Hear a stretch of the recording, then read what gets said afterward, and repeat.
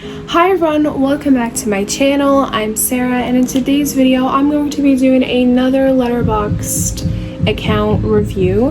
So in my last video I've chosen one of your guys' Letterboxd accounts and I reviewed them, and in today's video I'm going to be doing the same thing just with another one.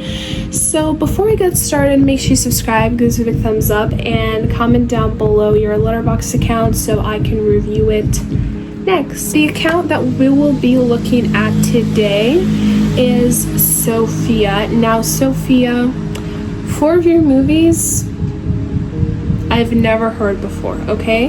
The top 4 movies on your Letterboxd, never heard before. So the first one is 100 Yen Love, then we have A Matter of Dignity, then we have Dance Girl Dance, then we have Speak.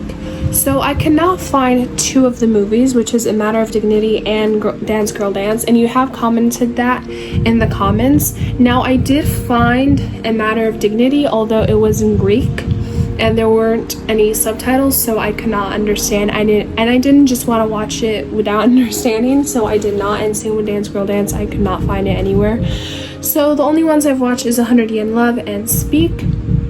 So I'll be talking about my opinions on that, then we'll be looking at your Letterboxd as a whole. Let's start with 100 Yen Love. So 100 Yen Love, directed by Masaharu Take, I'm so sorry, in 2014.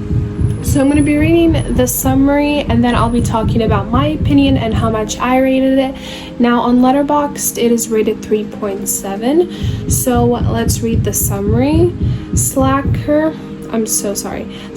Ichiko, am I pronouncing that correctly? Ichiko gets into a fight with her younger sister and begins to live on her own, working the late shift at a 100 yen shop. On her way home, she passes a gym and meets boxer Kanu, who trains there in silence. So yes, this is rated at 3.7 on Letterboxd. So this movie talks about this girl who is kind of lazy, you know, and she doesn't really do much. She doesn't help around. You know, her mom and her sister have this like shop and she doesn't really help around there. She stays inside all day. She just reads manga and everything, so she doesn't really do anything, and she always gets in fights with her brother and her sister and her family in general. So she ends up, you know, leaving the house, and she, you know, needs a job. So she finds this job at this store, 100 yen shop. So she starts to work there and she meets a guy there, and she always passes by this boxing like club. So she keeps working at the 100 yen shop. She ends up meeting with Kanu, this boxing guy, and their relationship is not the best, and he ends up, you know, essaying her. So yeah, and then we basically just see how she feels afterwards, and then she gets just, like, so irritated, you know, on what happened to her, and she just starts to box herself, and the movie ends with her boxing, you know, in a competition, I guess, so with a man, and she just like beats him up and stuff. Obviously she's like taking out her anger onto that guy. So yeah, that's basically the movie. It's one of those like slow movies, which I do like. I did like, obviously, the cinematography, the colors and everything, and I rated it 2 stars because this is one of those movies where it's like slow and usually nothing really happens in them, but like even those movies, like actually things happen. I mean, this movie, like things did happen, you know, like she, you know, moved out and she started working at the shop. She ends up getting, you know, essayed by this guy, and then she takes out her anger in the boxing ring. And personally, obviously I like the storyline, I like the way it was filmed, the action was phenomenal, but it isn't just a cup of tea, okay? It's not my cup of tea. So that is 100 Yen Love. Okay, so the second one is A Matter of Dignity. Now I did not watch this, but I'll just read you guys the summary. It is directed by Michalis Kagogiannis. I'm sorry, I think it's a Greek film. It is released in 1958 and rated a 3.7 on Letterboxd as well. A daughter discovers her wealthy family is actually on the verge of bankruptcy and decides to charm a millionaire for his money in marriage. Soon she is torn between living a lie and keeping up appearances. That actually sounds really, really interesting and something that I would actually enjoy. Unfortunately, I cannot watch this.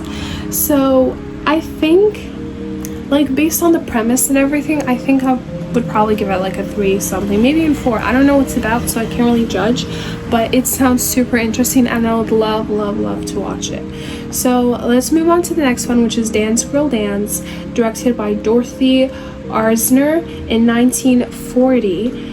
And it is rated a 3.5. So I'm going to be reading the summary for guys. This is another thing. I cannot find this movie anywhere. Not even, like, I cannot find it anywhere. The other one, I found only one link, and it was in Greek. So this one, I did not find anything about it. So heartbreak behind gaiety of a girly girls show. Jodie O'Brien is an aspiring ballerina in a dance troupe. Also in the company is Bubbles, a boorish man-trap who leaves the struggling troupe for a career in burlesque.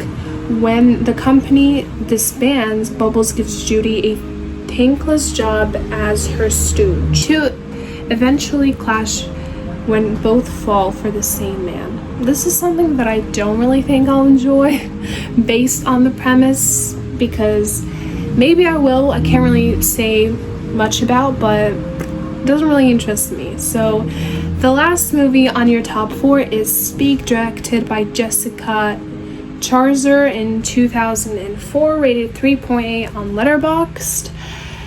Okay, I have so much to say about this film because I loved it. So I'm going to read the summary, then I'm going to get into it. So the truth will change everything. Freshman high school student Melinda has refused to speak ever since she called the cops on a popular summer party, with her old friends snubbing her for being a rat, and her parents too busy to notice her troubles. She folds into herself, trying to hide her secret that star senior Andy raped her at the party. But Melinda does manage to find solace in her art class, headed by Mr. Freeman. It is rated a 3.8 on Letterboxd. I think I've already mentioned that. But yeah, so I'm going to talk about this movie so much because I just enjoyed it. So we follow Melinda, who is new to high school. You know, it's her first year, and she goes in. She doesn't speak much. You can tell she doesn't have like the best relationship with her parents. Like, her parents even don't have the best relationship. Her mother goes to therapy. Her father is kind of distant. They're both pretty distant with each other, if that makes sense. She doesn't speak a lot. When she goes to school, she doesn't talk a lot, you know. She's quiet. And, you know, she enters the school year, you know, and we see, I guess she broke up with like her best friend. She goes into school. She gets this like weird English teacher who's like really weird. She's also kind of weird and quiet and everything. And throughout the movie, she's kind of like scared that she's gonna just like turn into that teacher. And then she meets this art teacher, Mr. Freeman, who she really bonds with, and every time he tells her like to draw like a tree, and he told her like by the end of the year she'll be able to draw the most beautiful trees ever. So they just have this relationship, and whenever, you know, Melinda wants to speak to someone, she always goes to her teacher. She also gets bullied a lot and everything. People make fun of her, especially one guy who's older than her. And, you know, the story kind of goes back and forth to the past as we see her going to this party, and she meets up with that guy, that same guy, and he assaults her.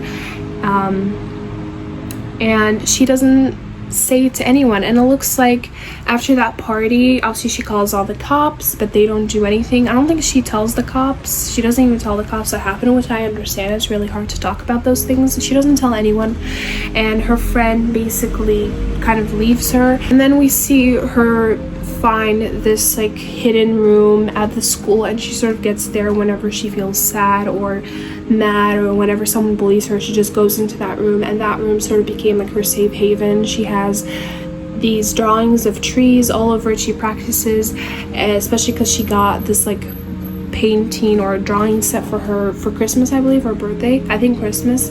And so she just draws there, and she hangs things on the wall, and she sleeps there. Basically, whenever she feels like she needs to be alone, she goes there. For a while, we see her ex-best friend get with the guy who assaulted her, and I don't know if I can say that word, that's why I'm whispering now, okay? But yeah, so she gets with that guy and she's just so mad. Like whenever she sees him, she's so mad because she does not want her best friend or her ex-best friend, even if it's her ex-best friend, she does not want her to go what she, you know, went through, because she thinks that's what's going to happen to her if she stays with him.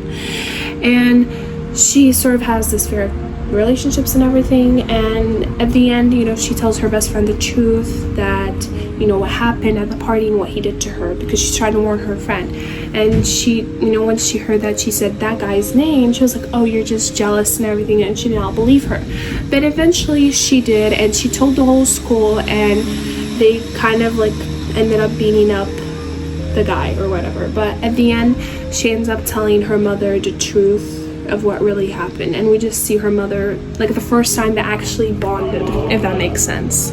There's also like this like history teacher who isn't the best to her and is always rude to her. But yeah, I love this movie. I gave it a 4.5 out of 5, so I really enjoyed it. This movie is also another movie where nothing really happens and it's kind of like slow, but Stewart, I think her name is such a great actress. Like the only movies I've seen her in is like Twilight and Zathura. But yeah, she is such an amazing, I did not see Panic Room, so that's probably why, but she's such a wonderful actress. Like she's not talking, and like she's a wonderful actress. Like in my opinion, the hardest like acting, I guess, way is when you act without like speaking and just with your emotions. Like that's the hardest, and she did it wonderfully, and that's basically what she did throughout most of the movie, because she doesn't really talk much. So yeah, loved it, amazing, loved this movie. Sophia, you know what you're doing, okay? So let's look at your activities. So it looks like you have watched 158 films this year, and you know your rating system is pretty good. You give a lot of things lower ratings and a lot of things high ratings. It's not like you give everything, you know, high ratings or the opposite of that. So your rating system is pretty good. Your top 4 is amazing. I did not watch the other 2, like Dance Girl Dance or Matter of Dignity. I do think I will end up liking Matter of Dignity if, you know, I end up watching it. So if you know where to watch A Matter of Dignity or Dance Girl Dance in English or with English subtitles, please leave me a comment down below, because I would love to watch them. So yes, so look at your films. Looks like you watch a lot of superhero movies, so like Marvel and DC. So it looks like the Fantastic Four, which you've rated 1.5. I don't agree, but okay, I'm a huge Marvel nerd. So anyways, Superman I have not watched yet. As I said, I am a huge Marvel nerd, not a DC, you know, fan. But yeah, Thor, which I agree with your rating. Love and Thunder, okay? Doctor Strange, 2 stars. Okay, I'm not gonna judge you because we all have different tastes, and that's totally fine, okay? We have Black Widow, you know, crazy how you've rated Avengers Endgame 1.5.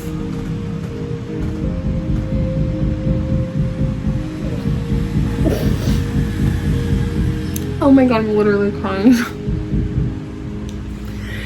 Oh my god, 1.5 stars for Avengers Endgame. Okay. And 2 stars for Eternals. Okay. Alright. So we have obviously all the Marvel movies. We have 100 Yen Love. Looks like Breaking Dawn, which I think it's like another Twilight movie. I've only watched the first Twilight movie, okay? We have Thor, Ant-Man, Laura. I did watch Laura and I did really like it. We have Star Wars, Twilight, more Marvel movies. A lot of like older movies, like The Invisible Man's Revenge, which I have not seen, but a lot of like older movies, which is great. So you watch a lot of old ones, a lot of new ones. Cat People, Casablanca, The Wolfman, The Invisible Woman. So a lot of, you know, older movies, especially. Like you have more older movies than newer ones. The Wizard of Oz, which I have not watched, which I should watch, okay?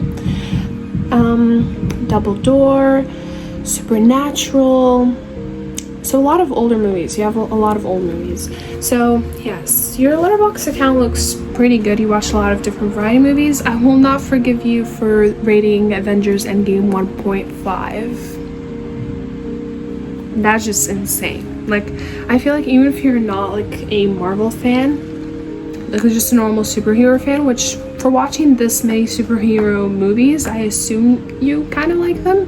So for giving Avengers Endgame 1.5 is just crazy. Maybe if you watched Avengers Endgame without watching any of the Marvel movies, like maybe you started watching like your first Marvel movie is Avengers Endgame, which I get because you won't understand anything, but yeah, it's just crazy how he rated that 1.5. Obviously your Letterboxd looks amazing. You know, your top 4. Did not watch 2 of them, so I can't really judge on that, but Speak takes the cake, okay? Speak just made everything so much better, so yeah, I really enjoyed your Letterboxd, Sophia. If any of you guys want me to review your letterboxes, we have to do, leave them in the comments, and follow me on my other socials as well. All of them will be linked in my description box down below, and comment down below what other videos you want to see. I would love you guys' recommendations. Thanks for watching, hope you guys enjoyed, and I'll see you guys next time. Bye.